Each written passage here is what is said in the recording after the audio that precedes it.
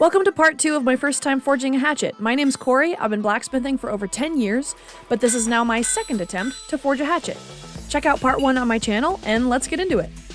When I first set out to forge a hatchet, I used a technique called the symmetrical fold technique. Things went fine until it was time to fold and weld the blade together. I couldn't get it to weld. To have a successful forge weld, you need the piece to be clean and bare metal, and you need it to be hot enough to interconnect the metal molecules into one piece. First, I thought heat was my issue. I replaced my electric blower with a bigger one, and experimented with different charcoal and wood to maintain a hotter fire. But my observation told me that the color of the metal should indicate plenty of heat for forge welding. And after repeated attempts, my first hatchet was actually ruined and started burning away because of the sustained high temperatures. The second part of my problem was that the weld was not clean, in fact it was quite dirty. Basically there was scale and other impurities preventing the metal from contacting the other piece of metal. But I had scrubbed it very well, I thought, with a wire brush and applied flux. It was still obviously very dirty. I started to do some research and found that I'm not the first person to struggle with forge welding in a charcoal or wood-burning forge. The trick is, if your fire has too much oxygen in it, this promotes fast scaling on your piece. Or, in other words, makes your piece dirty much faster. This is sometimes called an oxidizing fire. At this point, I wasn't sure how to solve this problem. I even tried some test welds like on this ring to troubleshoot my process, but they didn't work either. But fortunately, I got the chance to go to a blacksmithing conference where a smith, thank you Berkeley Tack, had a coal forge running letting people make chain links. So I got the chance to do a successful forge weld in the type of forge where I first learned how to weld in. He gave me some key tips, which I'll get to later. I also asked him about welding in a charcoal fire, and he said he loves welding in a charcoal fire, much to my surprise, and that it makes really clean welds. So I knew there was something I was doing wrong. In the end, I made 3 key changes that resulted in a successful forge weld on my second hatchet. The first change was the result of a tip that Berkeley gave me, which was to stop looking for white sparks as an indicator that the piece was ready to weld. When I first learned to weld, I was taught to look for these sparks as a sign that the piece was hot enough. But he told me that if it's sparking, you're too hot and it's starting to burn your piece. Instead, as your piece nears welding temperature, you slow down your heat blast and watch carefully for a shimmer like a mirage. This, combined with the color of the metal becoming exactly the same as the fire around it, tells you that you're ready to weld. The second change was how I solved my oxidizing fire problem. I was using pre-made charcoal, and surprisingly, I didn't have to change this fuel. On the Whitlock's wood-fired forge, which is what I use, it's a bottom draft to help concentrate the fuel. The problem was my hatchet head kept falling down, so it was getting almost a direct blast of oxygen-rich air in the bottom of the fire.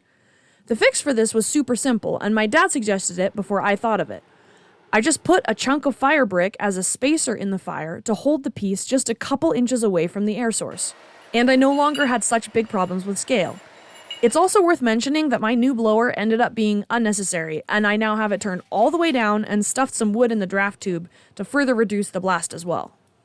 And the third change was, I just did a better job of cleaning the piece off. Pretty simple, I just took some more time and some more care to scrub it really well with a wire brush before I put my flux on. So that's what you need to know about this project thus far. At that blacksmithing conference I mentioned, I also acquired a hammer eye punch and decided for my second attempt I would forge a hatchet by punching and drifting rather than forge welding the eye. This would let me weld a lot less surface area than doing the symmetrical fold technique. I'm still starting out with a big chunk of mild steel, and I'm going to split it and forge weld a piece of 4140 steel in for the bit of the hatchet. But before we get into this project, please consider subscribing to my channel and liking this video if you enjoy project videos like this. With that said, grab some coffee, sit back and relax, and we'll get this hatchet done.